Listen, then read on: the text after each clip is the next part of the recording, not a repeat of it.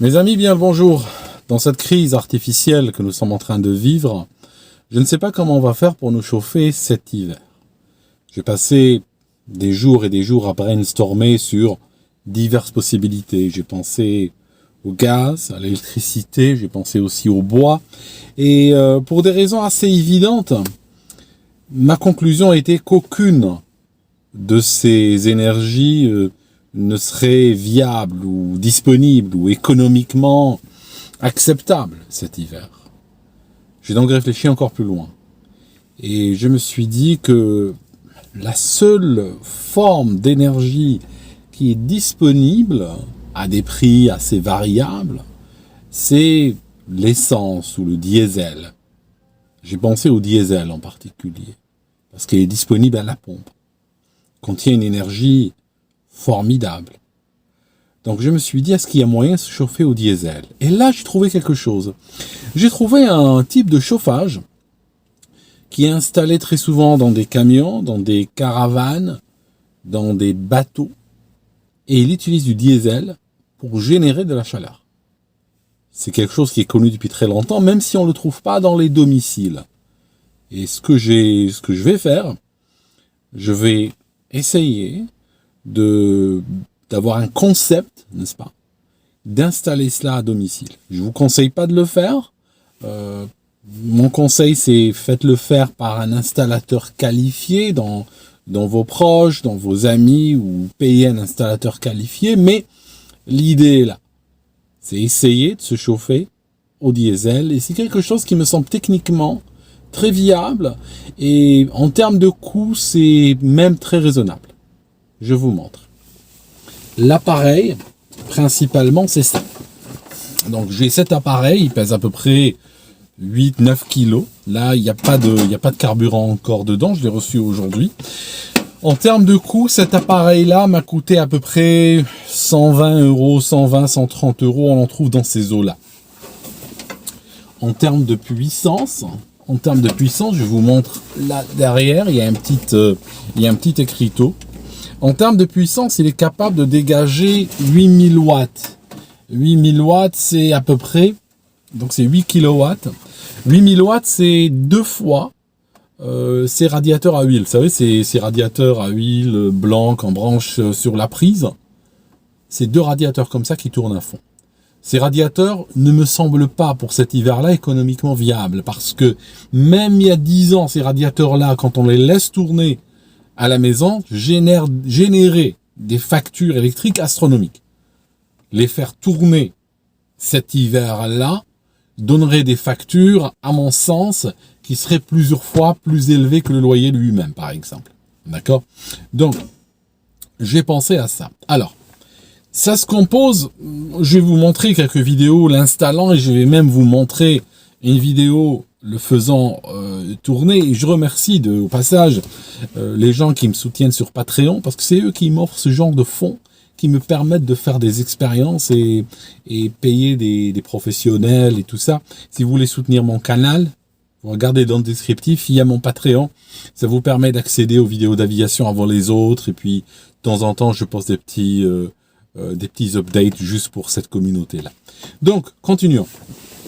Comment ça marche? Voilà ce qu'on a. On a ici, dans la partie supérieure, on a un réservoir. Il semblerait qu'il contienne jusqu'à 5 litres de diesel. J'ai acheté du diesel, je vous le montrerai tout à l'heure. Alors, il aspire l'air là par derrière, on dirait une entrée de PC, et il va le cracher ici. Il va le réchauffer, n'est-ce pas? Et il va le cracher là. Donc ici, ce qu'on a sur la face avant, on a la sortie d'air, ok, et on a un petit appareil pour le contrôler, pour contrôler la puissance, le démarrer et tout ça.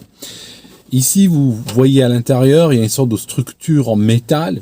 En réalité, ce qui va se passer, c'est qu'il va prendre du diesel, il va le brûler dans une chambre, une sorte de brûleur. Ceci va chauffer, et en fait, on envoie un courant d'air à l'intérieur, il va envoyer un courant d'air, de sorte qu'il va cracher de l'air chaud ici. D'accord? Si je vous montre un peu plus loin, si vous regardez là, ce côté, vous avez ici l'arrivée de carburant. Ici, c'est une sortie. Il y a deux tubes ici. L'un c'est les échappements. Donc les échappements, il va falloir absolument que ça sorte dehors. Ce qu'ils font dans les bateaux, les camions et tout, c'est que généralement, ils creusent un trou dans la carlingue, j'ai failli dire, dans la carcasse du véhicule, et ils font sortir le tube dehors. Donc vous devez vous débrouiller pour faire sortir le tube dehors. Ça, c'est l'entrée d'air frais qui va servir à brûler le diesel. Donc, l'air des échappements doit absolument sortir. Il faut pas le respirer parce que ça c'est dangereux. Ça contient du monoxyde de carbone et tout ça, et ça va très rapidement empester la maison, et c'est même dangereux, ça peut tuer. D'accord? Donc on est clair là-dessus. J'ai acheté avec, je vous le montrerai aussi, un appareil de mesure de monoxyde de carbone. Il faut toujours l'acheter avec, c'est très important. Parce que si jamais la chambre ici que vous voyez brûle, craque, est fissurée par exemple, on peut avoir potentiellement un mélange de gaz issu de la combustion du diesel dans l'air chaud qui sort. Ça ne doit pas arriver en temps normal, mais si l'appareil devient dysfonctionnel, suite à une fissure ici, ça peut arriver. Donc c'est pour ça que il vaut mieux prendre les devants. D'accord? Donc, autre détail, n'est-ce pas, si je peux me permettre, c'est un appareil qui est fondamentalement fait pour tourner dans une caravane, véhicule et tout ça. Donc, il a besoin d'une entrée en 12 volts ou en 24 volts. Ce voltage-là ne servira pas à chauffer. Donc, ça consomme pratiquement rien. Ce voltage-là servira au régulateur et servira à l'allumage, mais il ne servira pas au chauffage. Donc, vous ne pouvez pas le brancher sur une prise à la maison, c'est du 220 volts, vous allez le griller. Ce qu'il faut, c'est une alimentation 12 volts. J'en ai acheté une sur Amazon, je vous la montrerai. Elle m'a coûté à peu près 15-20 euros, ça coûte pas plus que ça. Vous pouvez, si vous le souhaitez, utiliser je l'ai fait dans le passé, utiliser une alimentation de PC. Une alimentation de PC. Il y a certains pôles que si vous les shuntez, avec un trombone, l'alimentation restera allumée tout le temps, même s'il n'est pas branché sur un PC.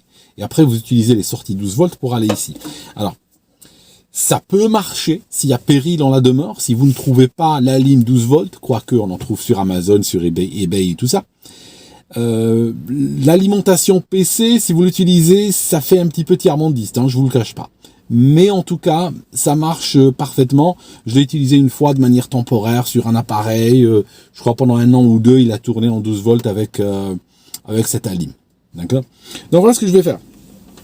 Je vais monter cet appareil grâce à ces pattes qu'il y a ici. Je vais le monter sur des planches. Je vais le visser, n'est-ce pas, pour le stabiliser, quoi qu'il est très lourd et très stable.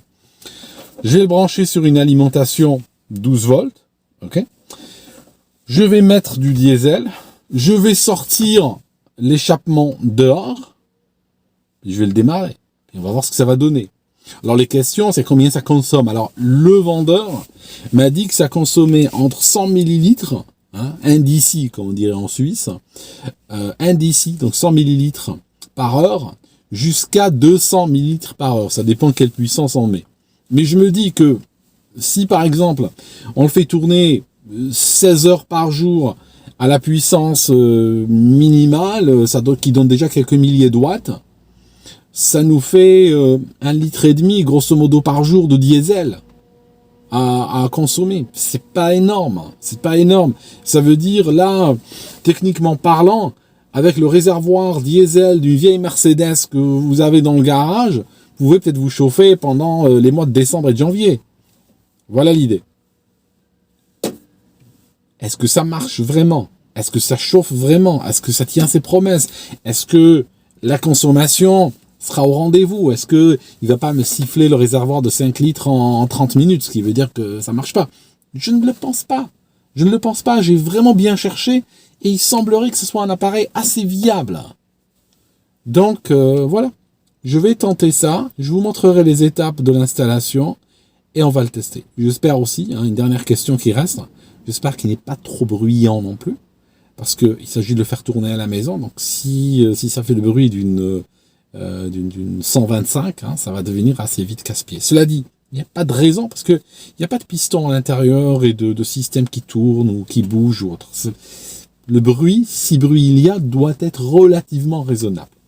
Voilà mes amis, je vous montre les étapes de l'installation et je vous le montre en train de tourner. Et puis j'espère que ça peut apporter une solution au cas où. Voici l'alimentation électrique.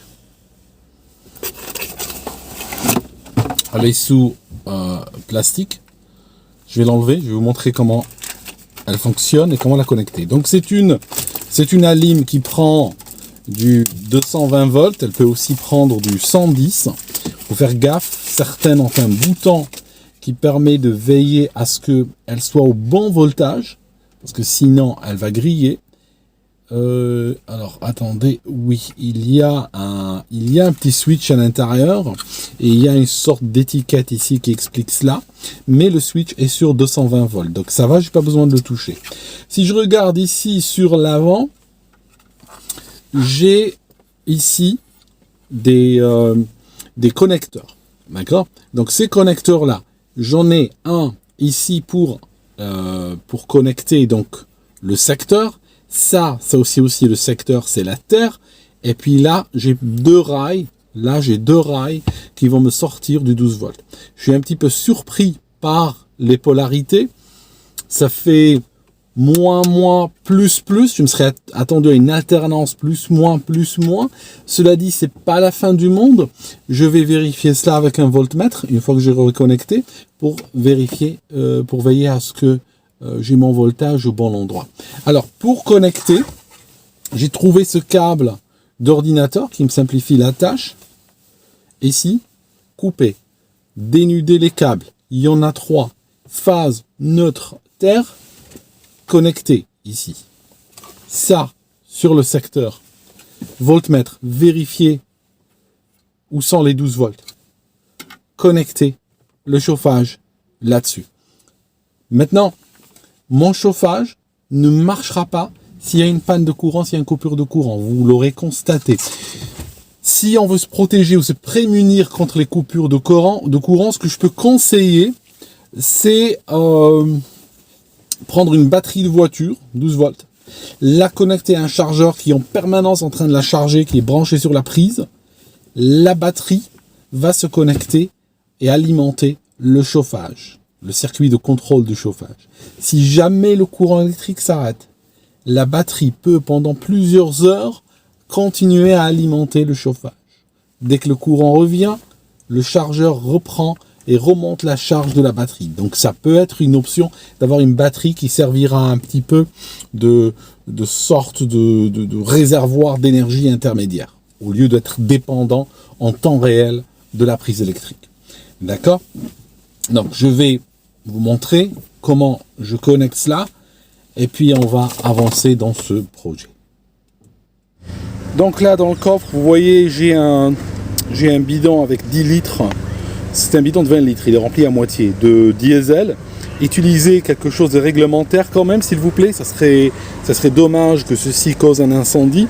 Donc là, c'est un bidon réglementaire, je l'ai rempli.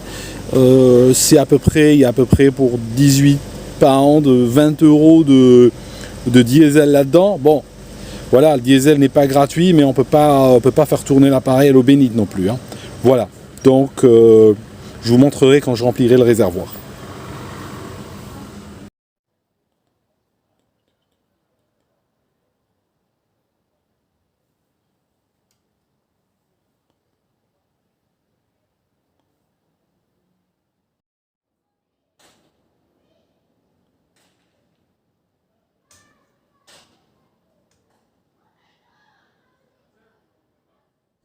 Donc là, voilà, c'est fini toute la partie électrique.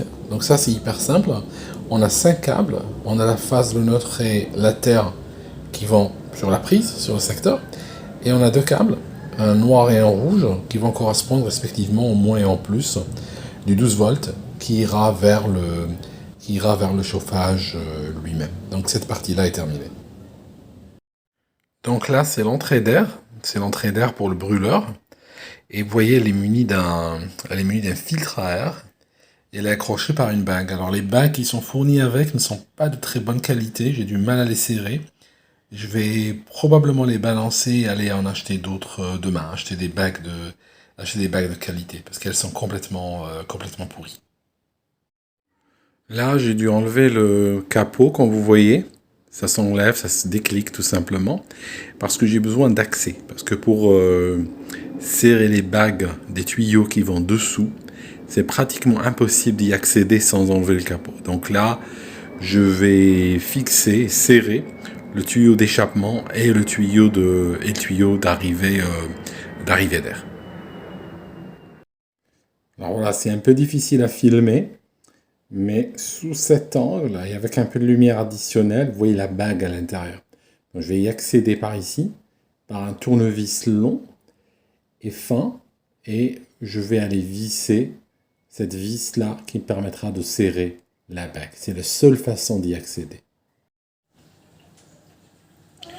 Ça, c'est le système avec les tubes connectés. Le noir à droite, c'est juste l'arrivée d'air. C'est un tube assez fragile, hein, il ramène de l'air froid. Et le tube à gauche, c'est là où sortent les gaz d'échappement. La longueur maximale autorisée, c'est 1 mètre. Hein, et c'est pas beaucoup 1 mètre.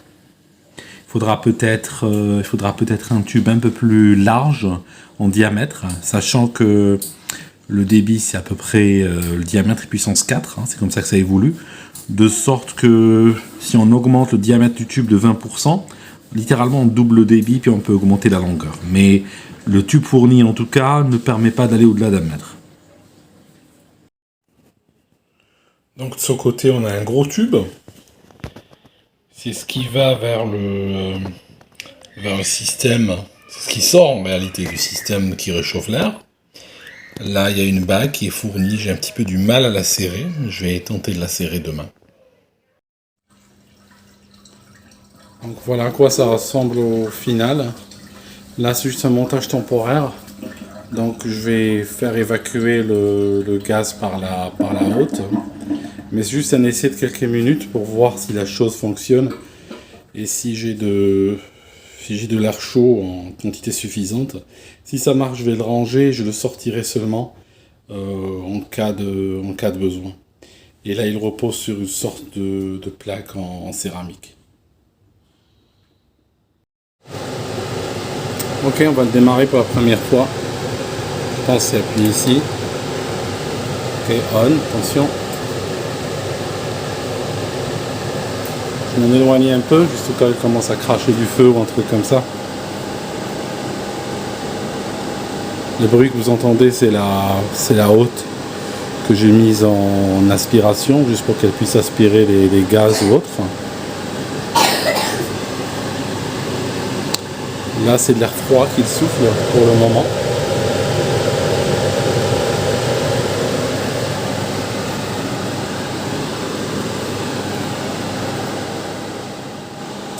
Ça fait à peu près 2-3 minutes qu'il tourne. J'entends le clic-clic de la pompe. Et l'air qui sort est toujours froid.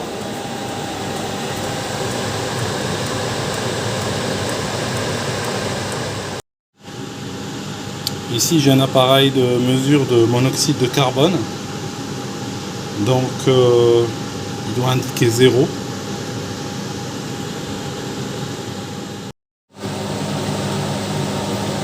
Là, c'est bon, il commence à cracher de l'air chaud. Donc, l'air qui sort ici est chaud. J'ai pas encore trouvé comment régler la température, mais je peux l'augmenter. Là, j'estime que l'air qui sort est à peu près à 40 degrés. Mais voilà, ça commence à... Le pot d'échappement est brûlant, je l'ai à peine touché, il est très chaud. Donc là, ça commence à travailler.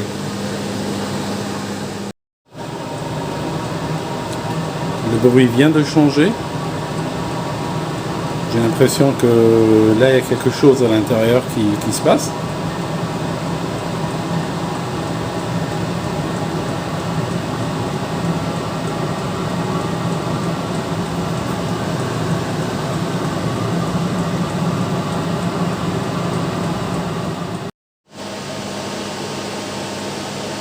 J'arrête la haute pour que vous puissiez sentir sans bruit ou entendre sans bruit sans la haute. Ça veut dire que si je mets un tube et je sors dehors, j'aurai pas besoin d'utiliser la haute. Je vous montre.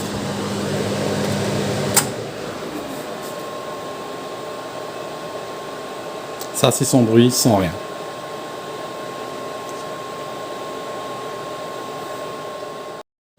J'ai une température de 26 degrés ici, je crois que c'est ce qu'il cherche à atteindre comme température ambiante. Je n'arrive pas à trouver comment la régler encore. Donc là il est monté en puissance et ça fait le bruit d'un gros sèche-cheveux. Et ça souffle pas mal d'air chaud, hein. Ça souffle vraiment bien là.